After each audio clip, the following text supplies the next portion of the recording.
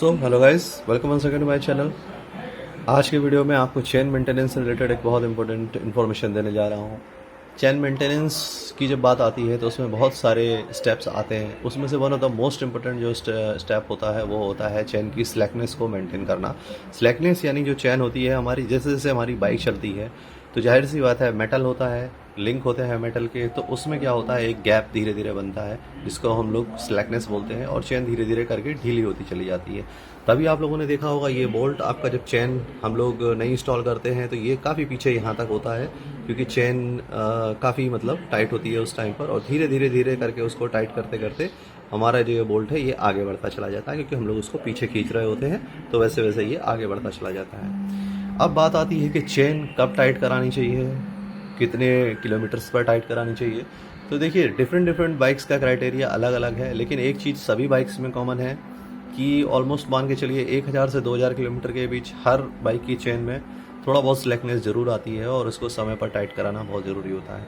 बहुत सारे लोग क्या करते हैं कि चेन को तभी टाइट करवाने की उनको याद आती है जब चेन जो होती है चेन कवर में यहाँ पर लगने लग जाती है, लेकिन ऐसा नहीं है। चेन को आपको एक शेड्यूल वाइज ज़रूर टाइट करना चाहिए। आप एक शेड्यूल देख लीजिए कि आपकी चेन कितने किलोमीटर में जो स्लैकनेस है वो काफ़ी लिमिट के बाहर हो जाती है, और सही तरीके से टाइट कराना चेन को बहुत ही ज़रूरी है। अगर आप सही तरीके से चेन को टाइट नहीं करवाते हैं तो पहली चीज़ तो परफॉर्मेंस, स्मूथनेस और चेन की लाइफ तीनों स्पॉइल हो जाएंगी।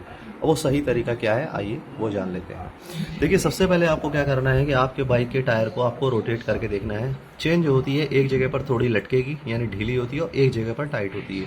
तो जिस जगह पर चेन थोड़ी उठ जाएगी या टाइट होगी आपको वहाँ से चेन की स्लैकनेस वहीं से ही देखनी है, जहाँ पर नीचे है वहाँ से नहीं देखनी है। दूसरा देखिए यहाँ पे हीरो बाइक है मेरी, इसमें यहाँ पर लिखा हुआ है कि चेन की स्लैकनेस कैसे कितनी होनी चाहिए।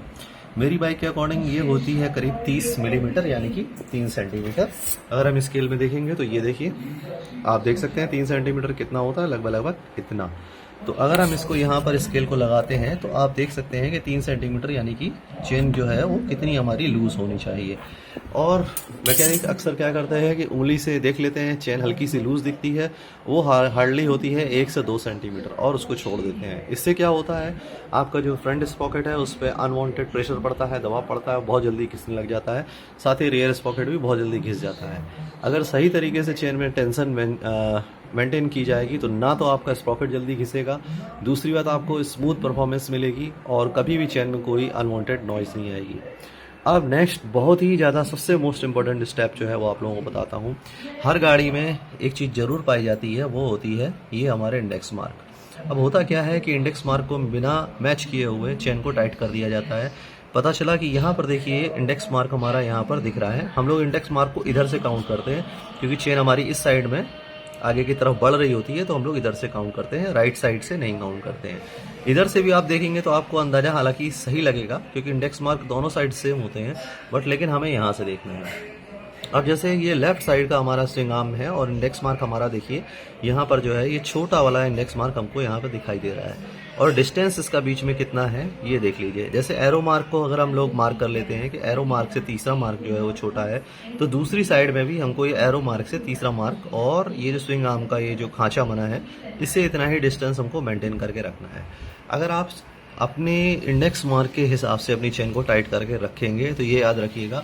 आप लोगों ने देखा होगा बहुत सारी बाइक चलती हैं तो ऐसा लगता है इससे पिछला टायर अदर किसी डायरेक्शन में जा रहा है और अगला टायर किसी अदर डायरेक्शन में जा रहा है। तो इससे एक बहुत बड़ा नुकसान और भी होता है दोस्तों कि जब आपका टायर लीनियर लाइन पर नहीं होता है तो चेन सीधी नहीं चलती है, और सीधी नहीं चलेगी तो स्प्रॉकेट आपके सीधे डायरेक्शन में ना घिस करके तिरछे घिसेंगे और बहुत जल्दी घिस जाएंगे। दूसरी चीज़ आपका जो बैलेंस है वो बैलेंस भी सही आपका नहीं बनता है। तो इंडेक्स मार्क इतना इंपॉर्टेंस रखता है जिसके बारे में आप सोच भी नहीं सकते हैं। तो हमेशा याद रखिएगा कि इंडेक्स मार्क को ध्यान में रख करके ही अपनी जो चेन है उसको आपको टाइट करवाना है। पहली चीज़ मैंने आपको बताई स्लैकनेस कैसे देखनी है। टायर को रोटेट करके जो सबसे ज़्यादा टाइट पॉइंट हो वहाँ से आपको स्लैकनेस देखनी है। देखिए इस समय आपको स्लैकनेस मैं दिखाऊं, ये देखिए उतनी ही है जितना मैंने आपको स्केल से दिखाया था, करीब 3 सेंटीमीटर, और इतना ही स्लैकनेस ही होनी चाहिए। अब अगर मैं इस टायर को घुमा देता हूँ तो देखिए आपको एक पॉइंट पे ये चेन नीचे जाती हुई दिखाई देगी। ये देखिए अब ये नीचे आएगी आपकी, या फिर तेजी से देखिए यहाँ पर ये नीचे आ गई है, और इस जगह पर आपकी जो स्लैकनेस है देखिए आपको साफ दिखाई दे रहा होगा उस पॉइंट से ज़्यादा है। तो हमको यहाँ से स्लैकनेस को चेक नहीं करना है, सॉरी गाइस, फ्लैश बंद हो गया है, लेकिन ऑलमोस्ट मैंने जो इंपॉर्टेंट इन्फॉर्मेशन थी वो आप लोगों को यहाँ इस वीडियो में दे दी है। होप सो आप लोगों के बहुत काम आएगी, और स्टिल आपको कोई डाउट है तो आप लोग पूछ सकते हैं। हाँ, चेन लुब्रिकेंट के बारे में आप लोगों ने चेन मेरी अभी देखी हुई है, वही W30 ऑयल मेरा अभी यूज़ हो रहा है और परफेक्ट है चेन के लिए। और प्लीज़ मैं फिर से आपसे कह रहा हूँ कि EP90 जो लोग सोचते हैं कि चेन के लिए बहुत अच्छा लुब्रिकेंट है, इस भुलावे में मत रहिए। W30 ऑयल है, चाहे ओरिंग चेन हो, नॉन ओरिंग हो, कैसी भी तरीके की चेन हो, आप सभी तरीके की चेन में डाल सकते हैं। सिर्फ और सिर्फ इतना होता है कि ऑयल पतला होता है, तो इसको आपको 400 किलोमीटर के आसपास फिर से रिपीट करना पड़ेगा। और दूसरी चीज़ ये है कि चेन को एक बार लुब्रिकेट करने के बाद 10 मिनट बाद इसको एक बार कपड़े से वाइप कर दिया करिए बस।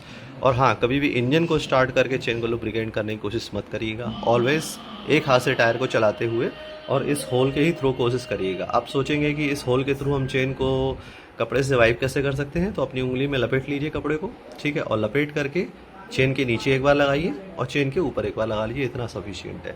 इससे जो एक्सेस ऑयल होगा वो क्या होगा, वाइप ऑफ हो जाएगा, वो चेन कवर में आपका गिरेगा नहीं, और जैसे फर्श गंदा होता है या अदर जो प्रॉब्लम होती है वो आपको फेस नहीं करनी पड़ेगी। और फिर से कहता हूँ, W30 ऑयल से आपके चेन के लिए उससे अच्छा कोई ऑयल नहीं है। निश्चिंत होकर के यूज़ करिए। और देखिए, चेन लुब्रिकेंट वैसे भी आपको हर 300 से 400 किलोमीटर में यूज़ करना ही पड़ता है, और कोई उसका फ़ायदा नहीं है, महंगा बहुत होता है। 400-500 रुपये से कम कोई चेन लुब्रिकेंट आपका आता नहीं है अगर आप 400 ml तक का कंटेनर लेंगे। दूसरी बात, आप लोगों को शायद सुनने में अजीब लगेगा, बट जो चेन लुब्रिकेंट है, शायद अगर 100 काउंट किया जाए, चेन लुब्रिकेंट 100 कंपनियां बना रही हैं, तो 100 में से आप मान लीजिए ऑलमोस्ट 95 सिर्फ और सिर्फ एक स्कैम है, और स्कैम के अलावा कुछ भी नहीं है। प्रोपेलेंट गैस भर के हमको एक नॉर्मल सा लुब्रिकेंट दे दिया जाता है, थोड़ा ग्रीसी स्टिकी कंपाउंड उसमें ऐड कर दिया जाता है जिससे वो चेन से थोड़ा सा चिपका रहे, और प्रोपेलेंट गैस की वजह से आपको दिखे कि हाँ पेनिट्रेट हो रहा है। जबकि हकीकत ये है कि कोई भी ऑयल आप अगर चेन में डालेंगे, ऑटोमेटिकली वो पेनिट्रेट हो जाता है, आपके जो रोलर्स हैं उनके बीच में चला जाता है। ऑयल की ये अपने आप में ऑयल की खासियत ही होती है कि वो रिमोट से रिमोट एरियाज़ जो होते हैं। और दूसरी बात, मैं आप लोगों को जो थिन ऑयल सजेस्ट कर रहा हूँ वो इसीलिए सजेस्ट कर रहा हूँ क्योंकि वो पतली से पतली जगह में चेन में लुब्रिकेट हो जाता है, जिससे रस्टिंग नहीं होती है।